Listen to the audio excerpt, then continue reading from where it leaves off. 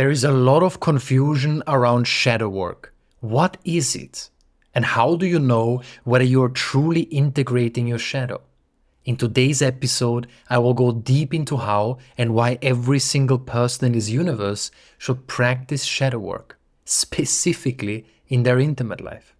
Without integrating our shadow, we will continue to unconsciously sabotage our intimate life. We push our partner away even though we crave closeness. We say things we don't actually mean. We respond heavily to a trigger even though that is not the way that we want to show up. All of this can be changed if we actively and consciously practice shadow work in our intimate life. Today I will reveal this practice to you. I want to start with the following. You are either unconsciously strengthening your shadow in a relationship, or you're actively, consciously integrating your shadow in a relationship. There really is no in between. So at the beginning, I will talk about what shadow work is, the different phases of shadow work, and then I will get very practical later on in the podcast episode about how you can apply that in your intimate life. Now I'm going to give you some examples of what it means when we unconsciously strengthen our shadow, or we can say relationship dynamics that feed our shadow, which are based on unconsciousness, unconscious behavior.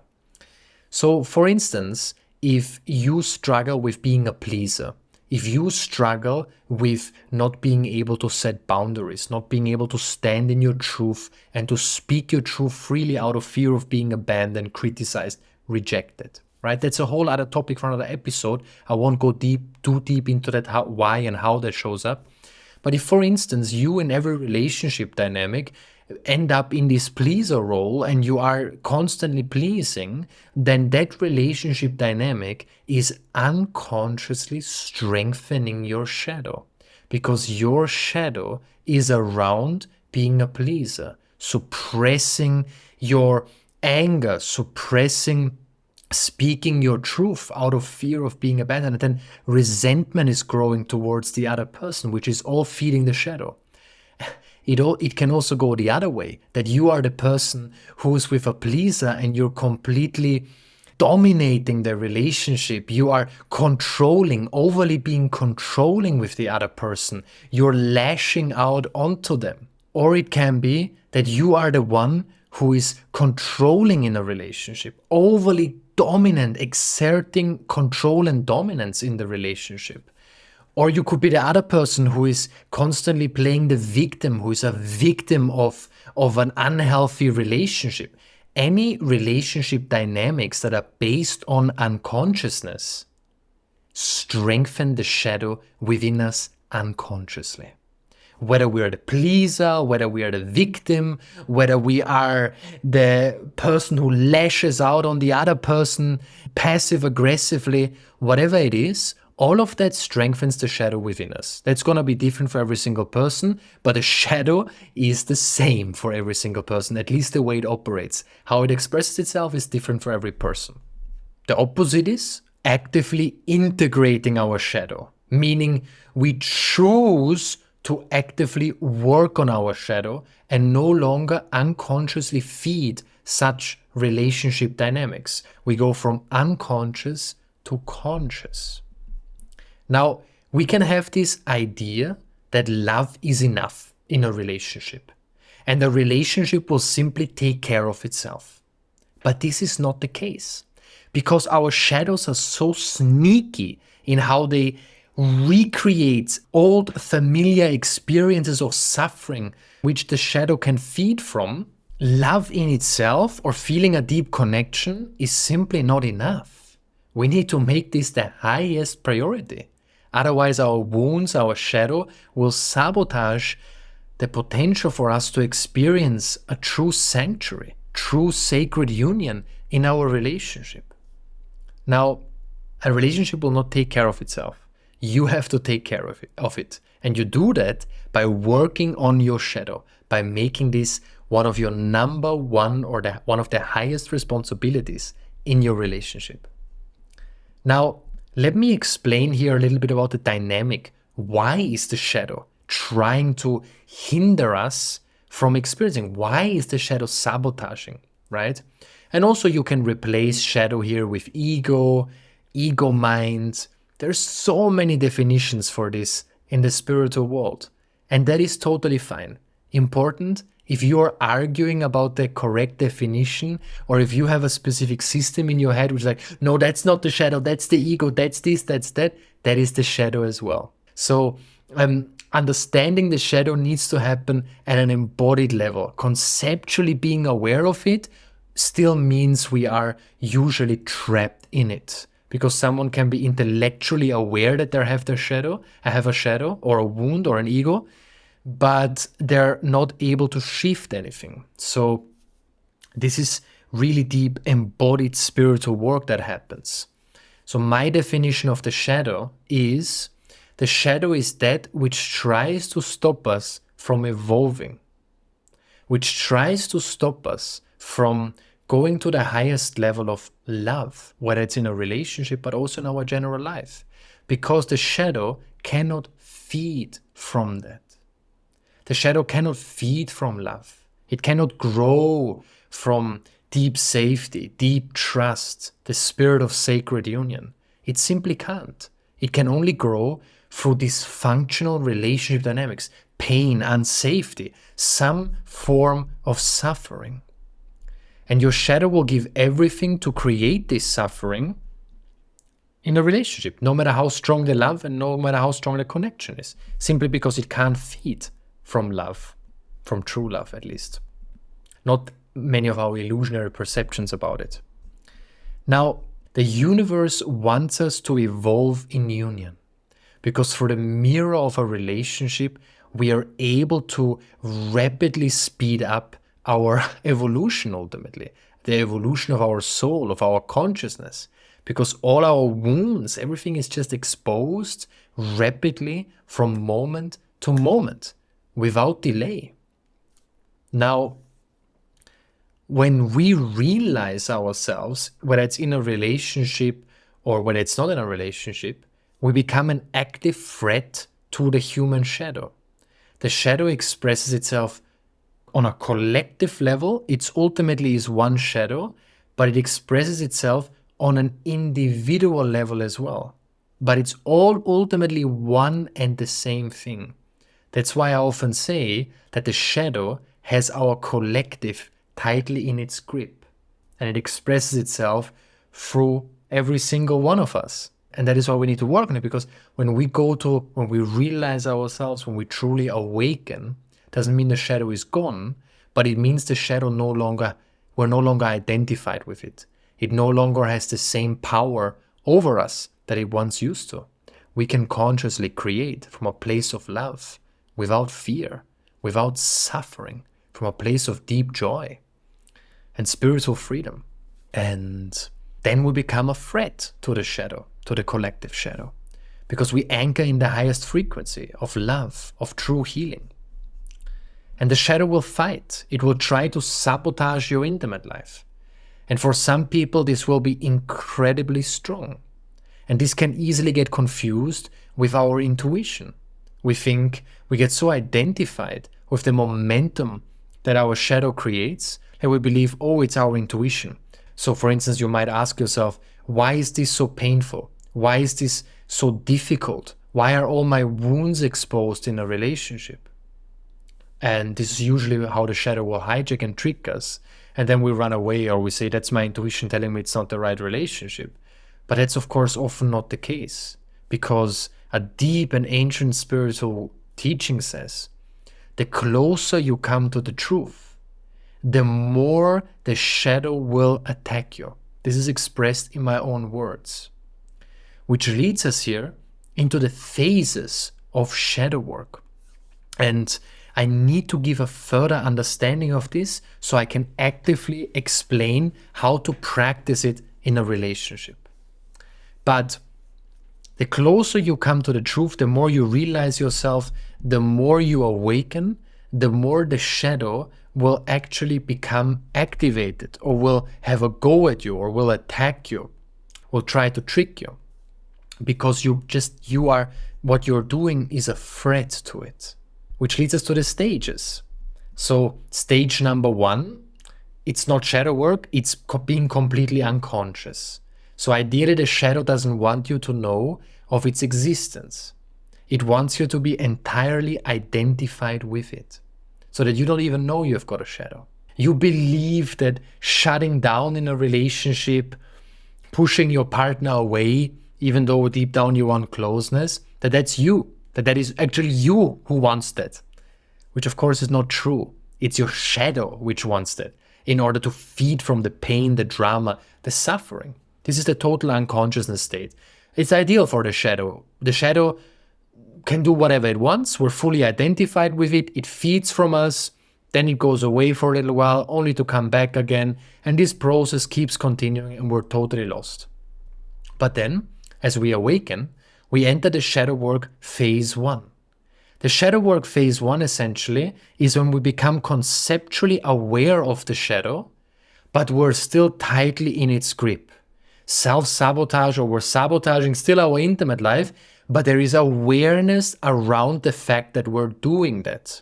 And sabotaging not our intimate life, everything in our life, but it shows specifically in our intimate life. Because when we realize ourselves in union, that is when so much evolution happens, right? That's why it's such a threat to the shadow, to realize ourselves in a relationship, to awaken, to heal deeply and profoundly in a relationship.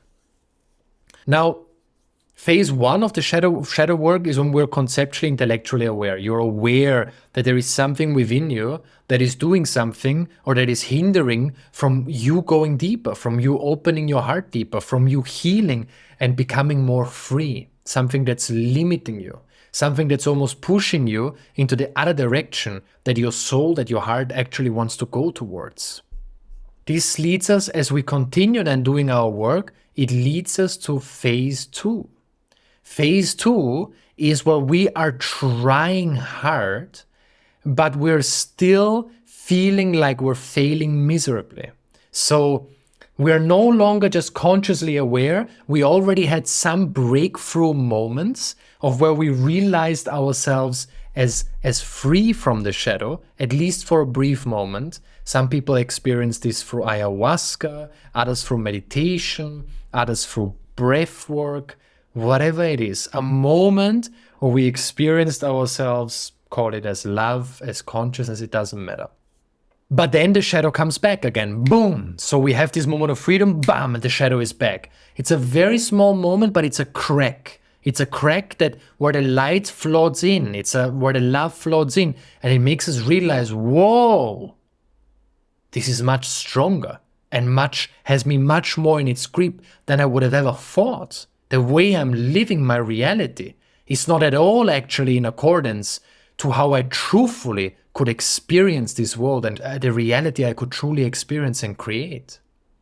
Now, this is where it gets very difficult, because we're trying hard, we experience some breakthrough moments only to be pushed back, our shadow to hijack us again, because the shadow is realizing that you are integrating it. It doesn't like what you're doing. It doesn't want you to continue. You have now become a proper threat to it because you're aware of it, so strongly aware of it, and you had these breakthrough moments where you started to realize yourself.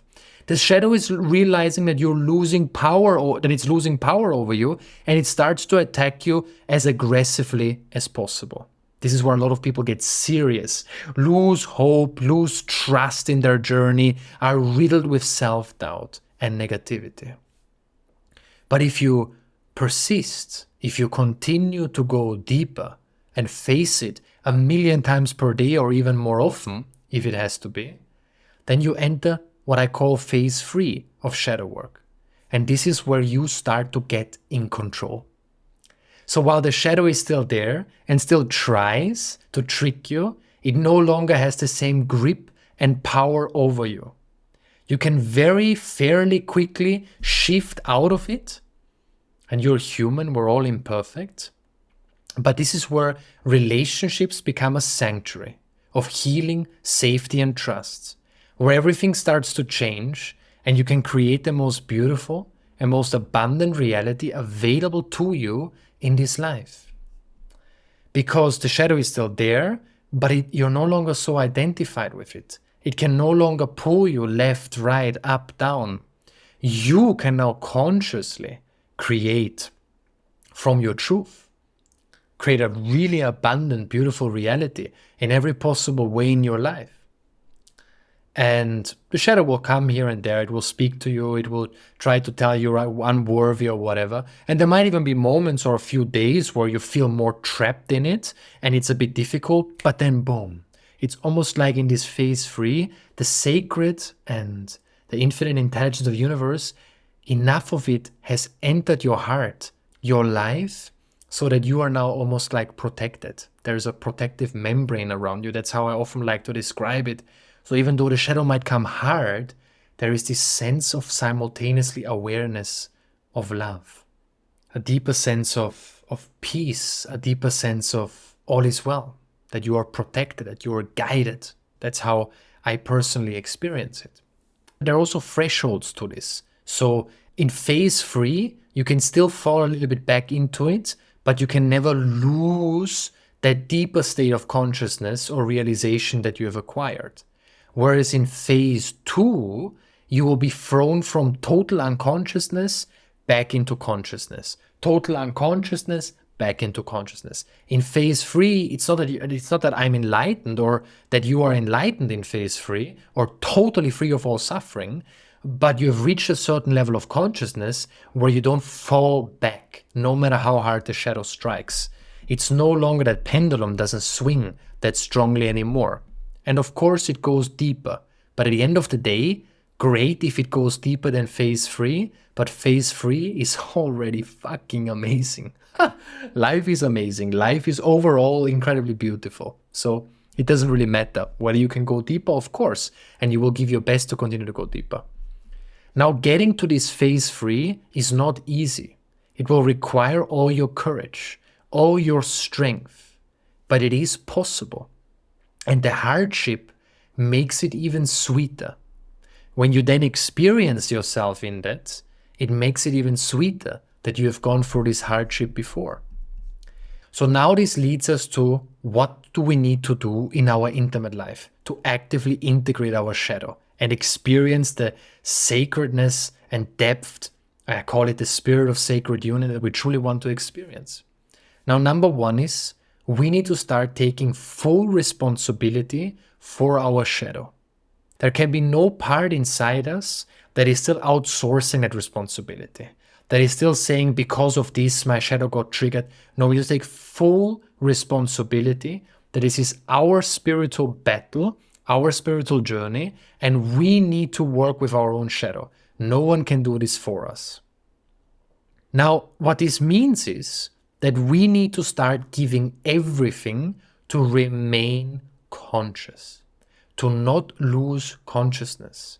As long as we are conscious, the shadow might come, it might annoy us, it might irritate us, but we can consciously experience it.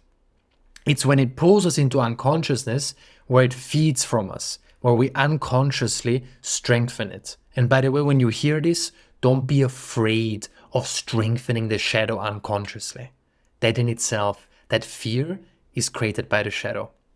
The greatest paradox is that your shadow is going to try to trick you as you do your shadow work. Now, you need to start giving everything to remain conscious of it.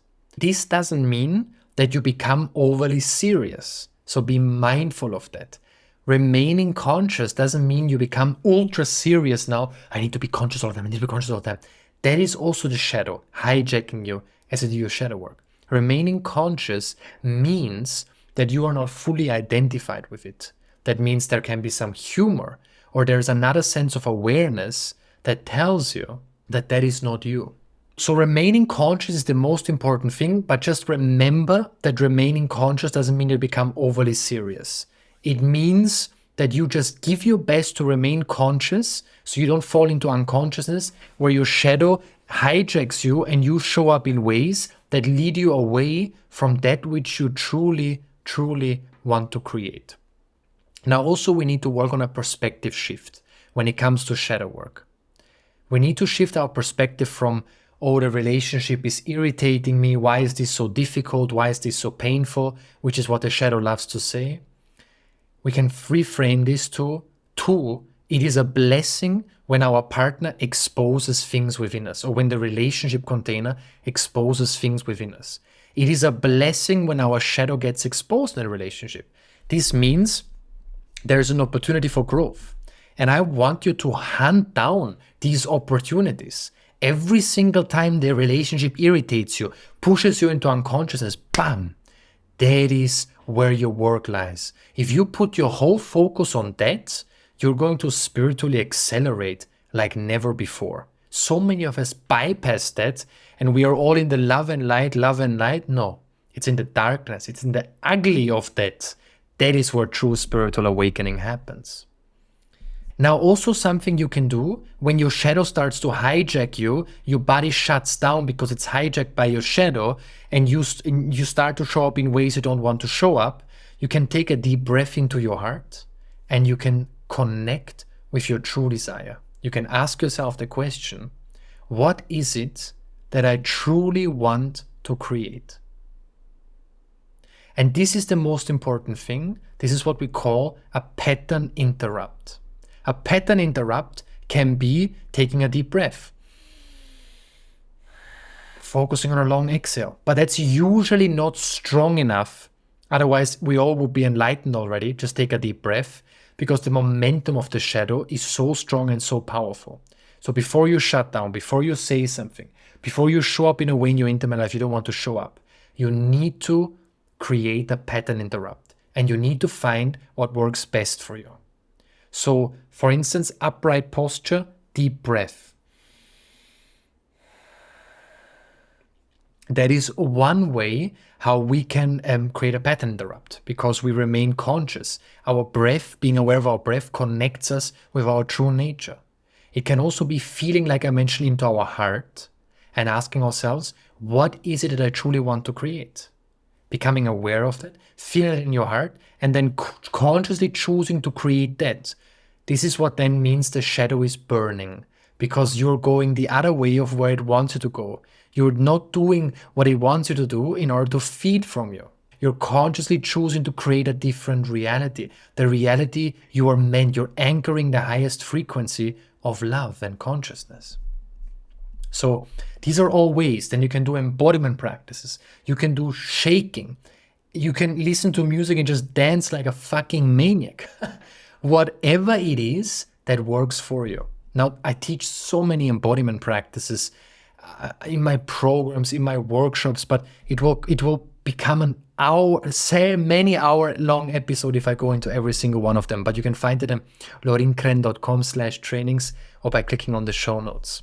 If you want to go deeper and really learn the most life-changing and powerful embodiment practices.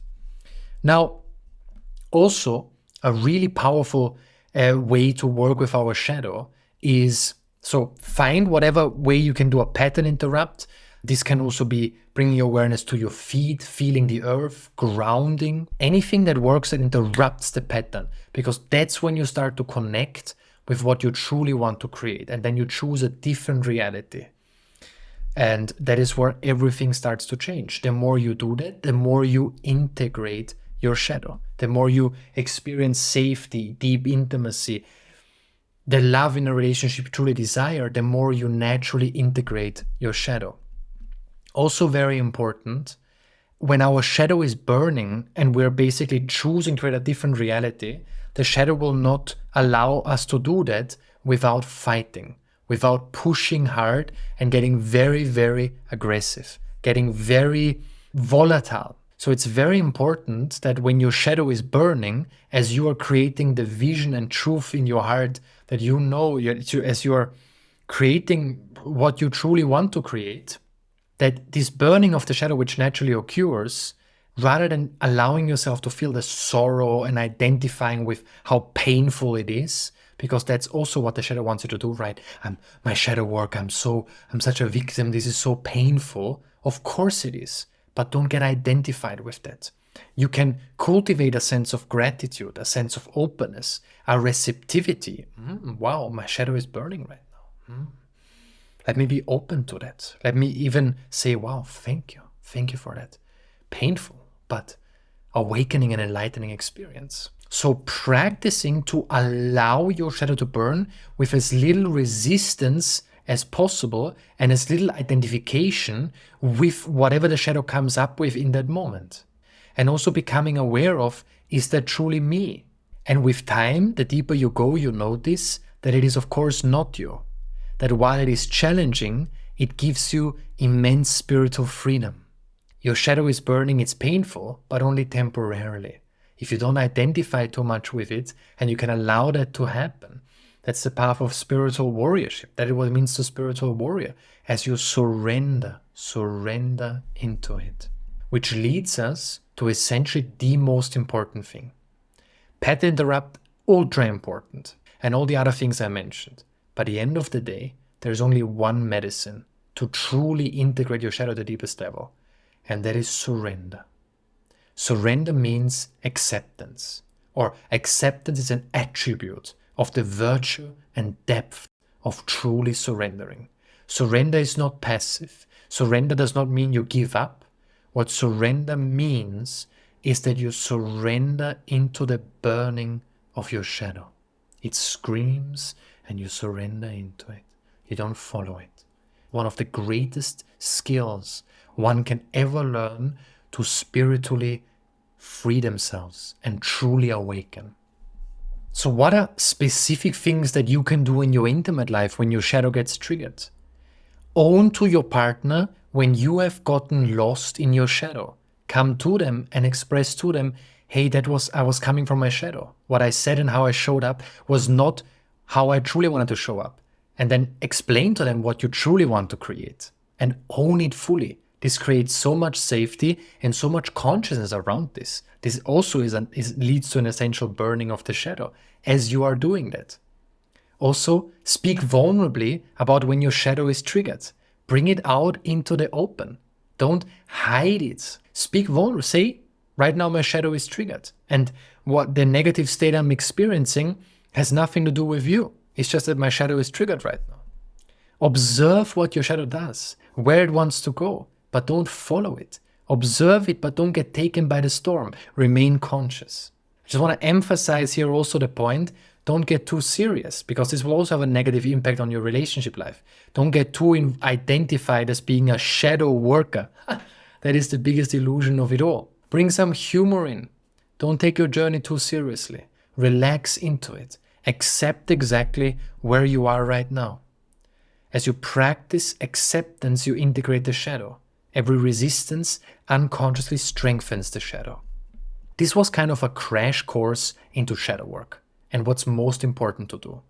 If you want to go deeper, know about the exact practices, know about how you can truly create the intimate life that you want to experience, embody your highest truth, embody your awakened feminine or your awakened masculine, depending on what your core energy is, then I teach deeper about all of this in my trainings. You can visit lorinkren.com/trainings to learn more about my upcoming trainings. I also invite you to join my newsletter, which you can find in the show notes, or by visiting lorinkren.com/newsletters to receive in-depth, powerful emails every Friday, covering a specific theme and learning more about our upcoming offerings. I also offer free ebooks, which you can check out in the show notes or by visiting lorinkren.com/books. Thank you so much for being here. If you have listened to this entire episode, then it means that there is a deep desire, a deep hunger within you to grow, to awaken at the most powerful and at the highest level. And I want to acknowledge you for that, because that is definitely the most fundamental core one thing that we need in order to truly experience the intimate life and life in general that we want to experience. If you have enjoyed this episode, then it would mean the world to me if you share it with someone who you think will benefit from it. Now, of course, if you choose to share it on your socials, in your Instagram stories, for instance, the more people it reaches, the more global impact we have. And also, if you like the podcast and if you can leave a review, that would mean the world to us. If you can subscribe to it, all these things help and contribute to us being able to continue producing these episodes entirely for free. Thank you so much for being here, and I wish you an amazing day.